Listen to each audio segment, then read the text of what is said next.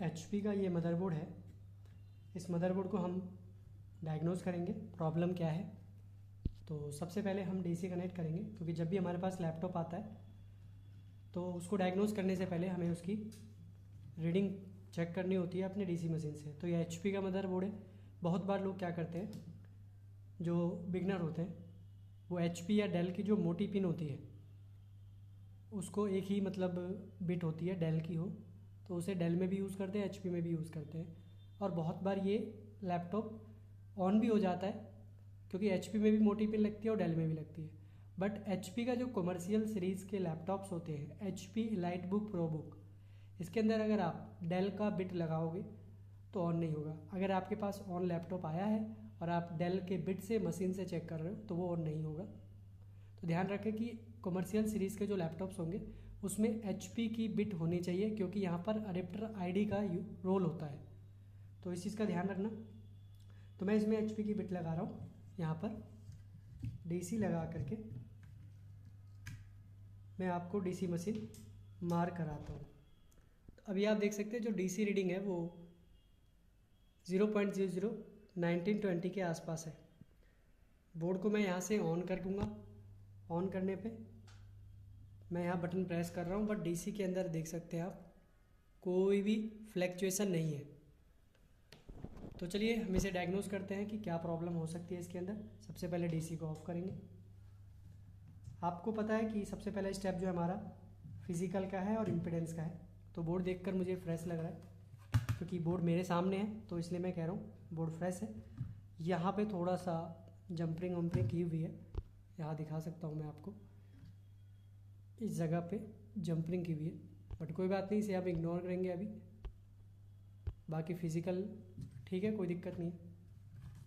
Impedance इसका major कर लेते हैं।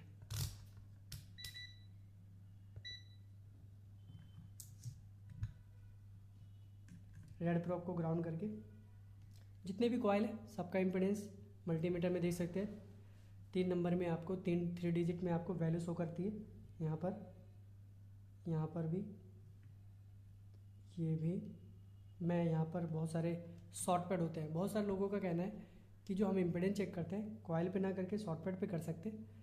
तो देखो, हमें पता होना चाहिए कि ये शॉर्ट पैड किसका है। अभी मैं जिस शॉर्ट पैड को चेक कर रहा हूँ ये 19 वोल्ट का है, क्योंकि यहाँ पे ये IC लगी है। इस IC को 19 वोल्ट की ज़रूरत है। तो 19 वोल्ट का जो डिस्ट्रीब्यूशन पॉइंट होता है, CLR होता है, वहाँ से यहाँ पर आया और इस IC को चला गया। तो मैं यहाँ चेक कर रहा हूँ, दैट मीन मैं 19 वोल्ट के लाइन को चेक कर रहा हूँ। अब मुझे CLR को चेक करने की ज़रूरत नहीं है, ठीक है ना। ये दोनों पैड उसी के। अब यहाँ पर ये दोनों कॉइल है, तो कॉइल पर हम इम्पीडेंस चेक करें या फिर शॉर्ट पैड पे, यहाँ पर शॉर्ट पैड है, तो बात बराबर ही है। अगर आप डायग्राम पढ़ना जानते हो या आपने मेरी वीडियो देख रखी है तो आपको पता है कि ये जो शॉर्ट पैड है डायरेक्ट कॉइल से कनेक्टेड होता है। तो डायरेक्ट कनेक्टेड है तो आप कहीं पर भी चेक करो, वो लाइन का इम्पीडेंस आप चेक कर रहे हो। ऐसा नहीं कि शॉर्ट पैड पे भी इम्पीडेंस चेक कर लेंगे, कॉइल पे भी चेक करेंगे, ठीक है। तो ये एक सिंपल सी सोचने का तरीका है कि आप किस तरीके से सोच रहे हो लैपटॉप रिपेयर करते समय, क्योंकि जो सोचोगे वही करोगे और उसके अकॉर्डिंग ही, उसके ऊपर ही आपको रिजल्ट मिलेगा। सारा खेल सोचने के ऊपर है। आप सोचोगे कब? जब आपको उस चीज़ की नॉलेज होगी, राइट। तो पहले नॉलेज लें, देन आप सोचोगे, देन आप लैपटॉप रिपेयर कर पाओगे। तो यहाँ पर भी जो इम्पिडेंस है देख सकते हैं, ठीक है। इस कॉइल का भी इम्पिडेंस ठीक है, इस कॉइल का भी इम्पिडेंस ठीक है। और यहाँ पर ये छोटे से कॉइल है, 4th जनरेशन 1.5 वोल्ट का होगा। यहाँ पर CPU का कॉइल है 47, तो CPU में थोड़ा सा कम लोड आता है। यहाँ पर एक रैम का भी कॉइल है यहाँ पर, ठीक है। तो जितने भी कॉइल है सबका इम्पिडेंस तो ठीक है। बायोस का पिन नंबर 8 ठीक है। पिन नंबर 8 को चेक करने से बहुत बार LDO की इम्पिडेंस चेक हो जाती है, बहुत बार 3 वोल्ट कॉइल वोल्टेज बायस पे आती है, वो भी सही हो जाती है, चेक हो जाता है मतलब। तो अभी हमने जो इम्पिडेंस लिया वो कॉइल के लिए। अब हम लेते हैं DC टू DC का, ठीक है। तो सबसे पहले तो 3-5 ये रहा, 3-5 का DC टू DC। यहाँ पर 3 डिजिट, इसका अपोजिट साइड 3 डिजिट। यहाँ पर एक 6 लैग का भी है 3 डिजिट। नहीं, यहाँ पर देखो आप 00 आ रहा है। अब ये मैं कहाँ का दिखा रहा हूँ आपको, तो आप देख सकते हैं ये 6 पिन का है, और इस 6 पिन में पिन नंबर 1 2 3 4 4 नंबर पिन जो सोर्स होता है उसका इम्पीडेंस जो है हमारा देख सकते हो 000 है। ठीक है, और भी हम देखते हैं। अब ये हो सकता है कि 3 वोल्ट के डीसी टू डीसी की लाइन में शॉर्टिंग हो। एक यहाँ पर रेगुलेटर है जो रैम वीटीटी के लिए है, ये ठीक है। यहाँ पर भी डीसी टू डीसी है। सारे डीसी टू डीसी का भी इम्पीडेंस चेक करना ज़रूरी है आपको। 6 पिन का भी यहाँ पर है। ठीक है, जितने भी शॉर्ट पैड है वहाँ का इम्पीडेंस चेक कर लो आप। ठीक है, ऑलमोस्ट। तो हमें एक प्रॉब्लम दिखाई दे रही है कि जो हमारा यहाँ पर भी एक कॉइल है छोटा सा, ये भी ठीक है। चलिए, तो हमने देखा कि इस 3 वोल्ट एंड 5 वोल्ट के पास जो डीसी टू डीसी है, 2 डीसी टू डीसी, एक 8 लैक का मॉसफेट, एक 6 लैक का मॉसफेट। तो 6 लैक का पिन नंबर 4 ग्राउंड से बीप कर रहा है, मतलब डायोड मोड पे 0 है। तो हमें पता है यहाँ पर डायरेक्ट हम वोल्टेज इंजेक्ट करेंगे। मैं मल्टीमीटर प्रोब का यूज़ करूँगा। मैंने अलग से वायर नहीं लगा रखी है इसमें, इसलिए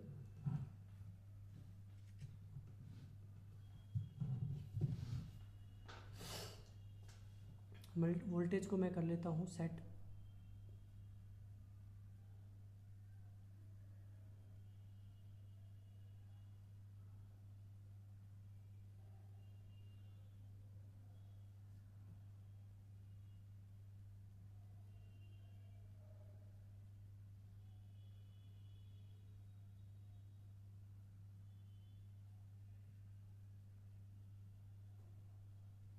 डीसी मेरा जो है ना ऑटोमेटिक रेगुलेटर घूमता है इसका।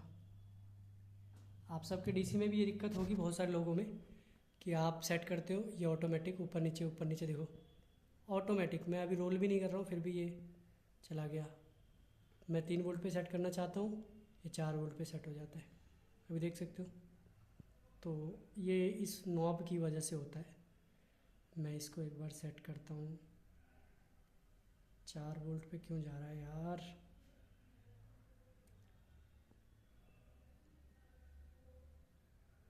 Three 3.8 volt. तो कोई नहीं, मैं एक बार अपने पे चेक कर लेता हूँ, बट आपको 3 वोल्ट पे चेक करना है। तो अभी मेरे हाथ में जो प्रॉब है वो वोल्टेज का है। रेड प्रॉब ग्राउंड पे नहीं लगाना, ब्लैक प्रॉब ग्राउंड पे लगाना है, और रेड प्रॉब को वहाँ लगाना है जहाँ पे आपको शॉर्टिंग दिखा दे रही है। आप देख सकते हैं मेरा डीसी मशीन अभी ऑन है, 0 रीडिंग है। मैं टच करूँगा, आप रीडिंग को मार कर सकते हैं। वाह, ये तो पूरा 5 एम्पियर तक चला गया, कंप्लीट 5 एम्पियर तक चला गया। मतलब कुछ तगड़ा हीट हो रहा है। कहीं सीपीयू तो हीट नहीं हो रहा। हीट सिंक ओपन कर लेते हैं।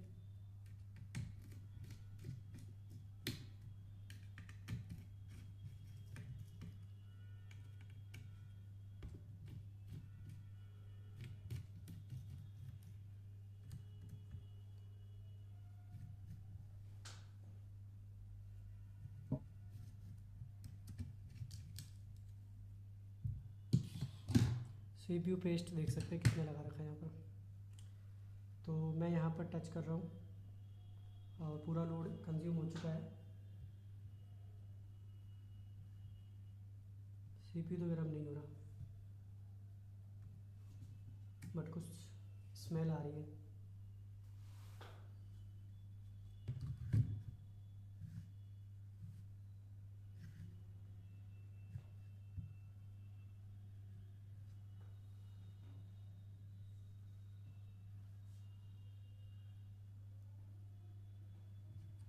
अगेन मैं टच करता हूँ यहाँ पर।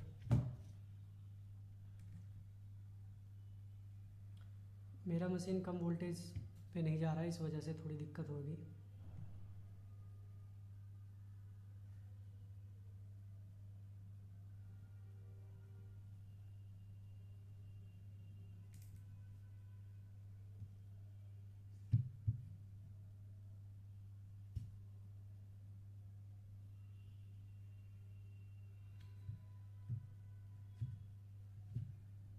हीट तो कुछ हो नहीं रहा, नहीं हो रहा है, यहाँ पर इस तरफ हीट हुआ है, इस तरफ हीटिंग हुई है, यहाँ पर काफ़ी अच्छा हीट हुआ है इसके आसपास। तो मैं यहाँ पर फिर से टच करके इस एरिया में जहाँ पे मेरा फिंगर आपको दिख नहीं रहा होगा, ये जो बहुत तेज़ यहाँ पर हीट हो रहा है, ठीक है। यहाँ पर अगर मैं आपको दिखाऊं, इस जगह पे बैक साइड में है आईसी, यहाँ पे मैंने फ्लक्स लगाया है, बैक साइड की वजह से भी यहाँ पर कई बार मेल्ट होने लगता है, यहाँ पर हल्का हल्का मेल्ट हो रहा है, फ्लक्स मेल्ट हो रहा है।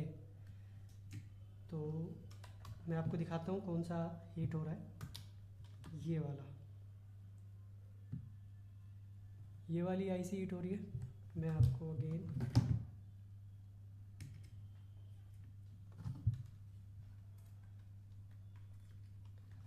आप देख सकते हैं, ये वाली आईसी पे आप नज़र रखेंगे, ये वाला आपको हीट होता हुआ नज़र आएगा।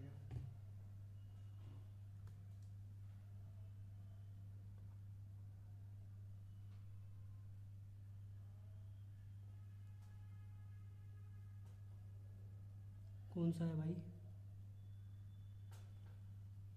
हीट नहीं हो रहा,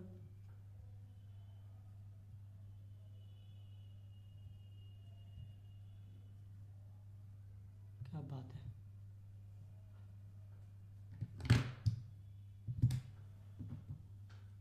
आईसी निकाल के देख लेंगे फिर, कोई दिक्कत नहीं, अगर समझ में नहीं आ रहा है तो हम यहाँ से आईसी को निकाल के ट्राई करेंगे, ठीक है।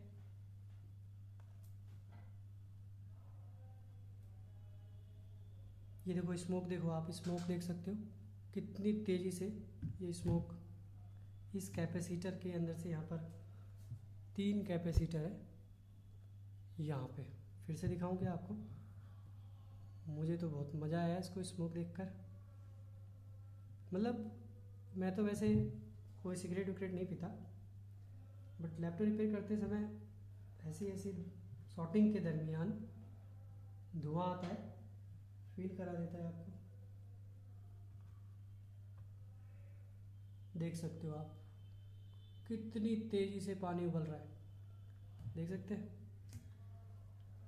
तो कुछ नहीं, एक शायद छोटा सा एक कैपेसिटर है, शायद इसे वो सबसे लास्ट वाला कैपेसिटर इन 3 कैपेसिटर में से, यहाँ पर ये तीनों,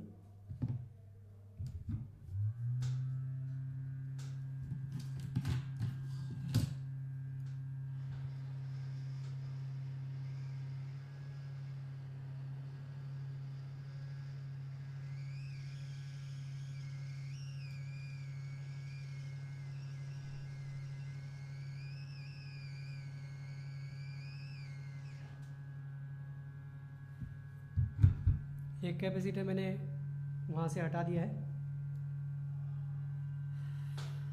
अब देखता हूँ कि अभी भी वहाँ पे शॉर्टिंग है या नहीं। डायरेक्ट वोल्टेज इंजेक्ट करके देख लेता हूँ मैं, आप वहाँ पे देख सकते हैं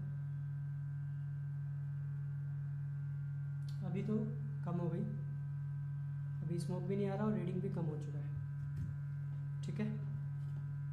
तो अभी हम डायरेक्ट, मैं आपको मल्टीमीटर से चेक करा देता हूँ।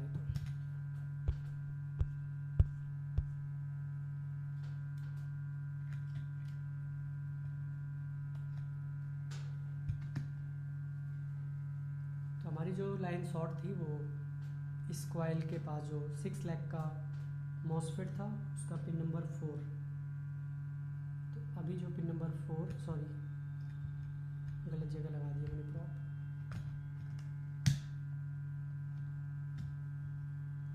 पिन नंबर 4 है। अभी भी इसका इम्पिडेंस कम है, पहले 00 था और अभी 87 है, आप देख सकते हैं अभी 87 है। तो अभी भी शॉर्टिंग तो है, बट अब जो शॉर्टिंग है वो थोड़ी सी कॉम्प्लिकेटेड हो जाएगी, कहीं ऐसा तो नहीं कि वहाँ पे जो हमने कैपेसिटर निकाला है, हो सकता है कि वो सारे कैपेसिटर ही शॉर्ट हो।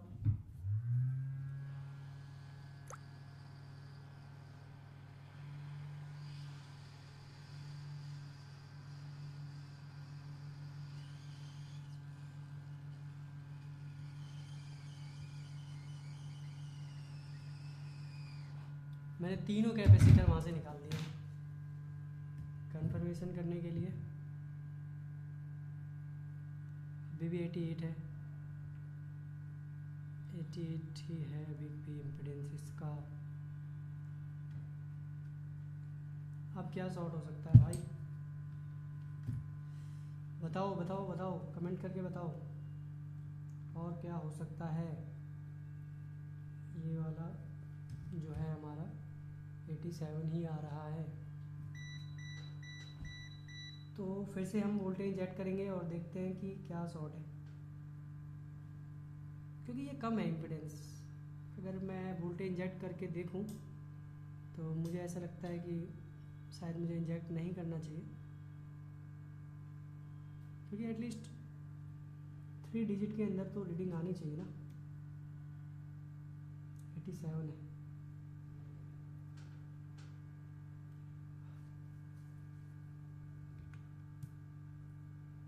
यहाँ पे ठीक है इन सब का इम्पीडेंस, बट इसका इम्पीडेंस ख़राब है।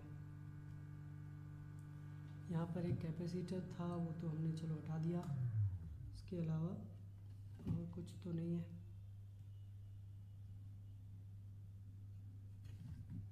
यहाँ पर कुछ कैपेसिटर वगैरह तो है, बट ये सारे के सारे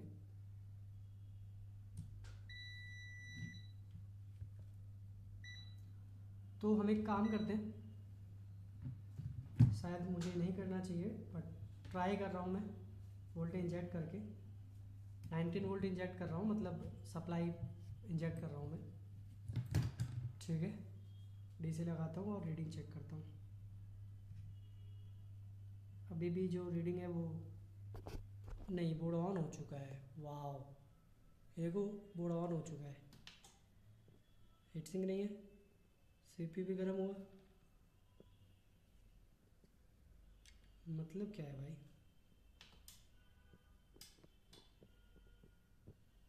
देख सकते हो ऑटो ऑन हो चुका है बोर्ड, लेकिन इसका इम्पीडेंस ख़राब है। कोई बात नहीं, हम वोल्टेज चेक कर लेंगे। जहाँ पे 87 का रीडिंग आ रहा है उस पर अगर वोल्टेज बन गया तो ठीक है, और उसके बाद डिस्प्ले आ गया तो ठीक है, क्योंकि मेन तो डिस्प्ले है। मैं एक बार हीट सिंक लगा करके आपको वोल्टेज मेजर कराऊंगा जहाँ पे शॉर्टिंग है। मतलब अभी तो कम है, पहले ज़्यादा थी, अब वो है या नहीं वो देखकर पता चलेगा। तो अभी तो रीडिंग ठीक है। अभी देख सकते हो 3.3 वोल्ट प्रॉपर बन चुका है जहाँ पर शॉर्टिंग था।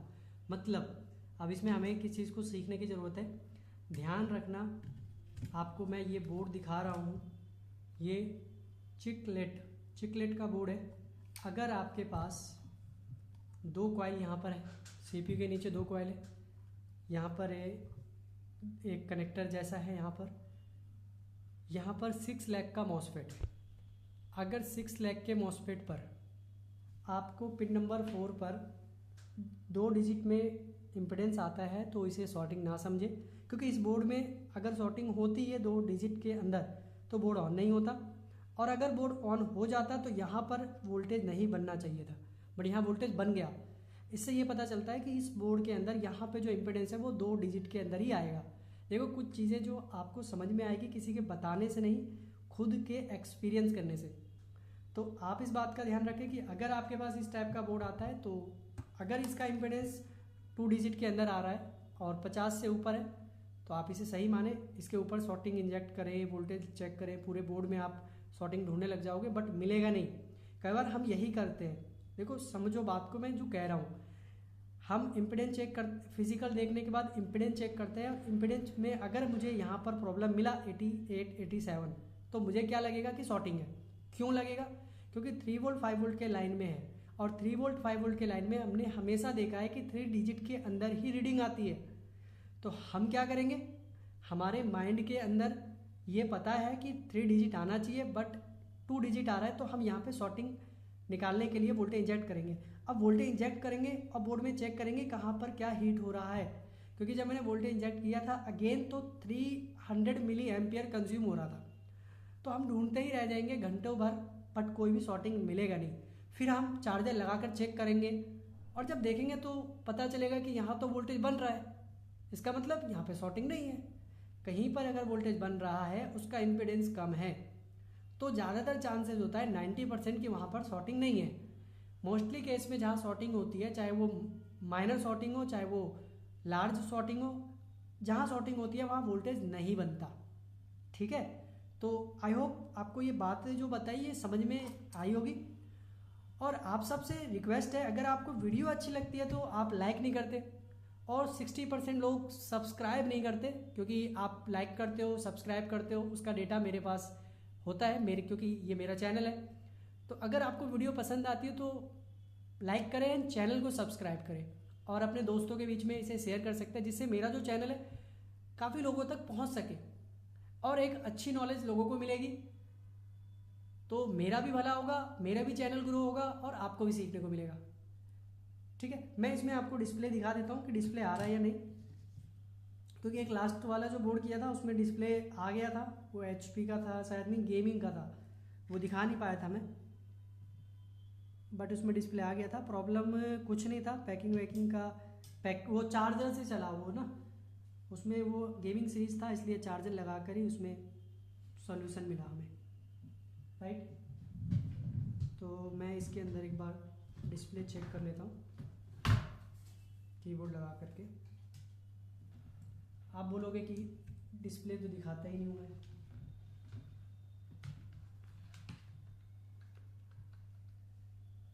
तो डिस्प्ले मैं देख लेता हूँ, आने देता हूँ। अभी देख सकते हो डिस्प्ले हमारा आ चुका है। कहाँ है भाई लाइट, ठीक है, डिस्प्ले आ गया है। तो आई होप आपको वीडियो अच्छी लगी होगी।